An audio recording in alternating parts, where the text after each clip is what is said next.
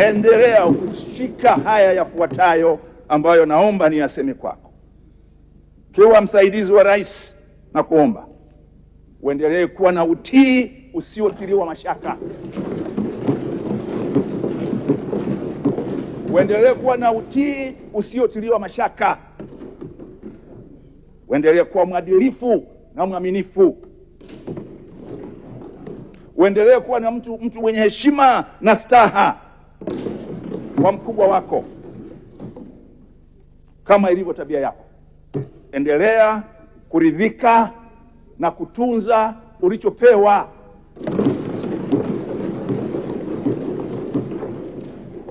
Na kama ilivyo kawaida yako, na ulizingatie, endelea kuheshimu na kuzingatia kimo chako.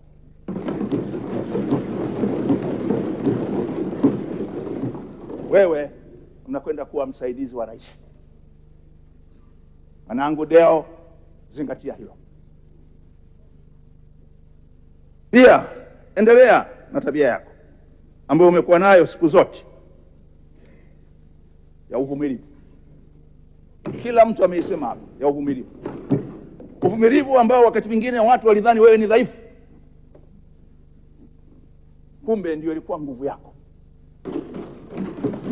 Endelea kuwa mnyenyekevu ambao watu wengine wakati mwingine walidhani hujui chochote. Leo sifa zako zimesomwa na zimesema. Endelea kuwa mzalendo. Tumikie nchi yako kwa moyo wako wote. Saidie Mheshimiwa Rais kwa moyo wako wote na kwa nguvu zako zote.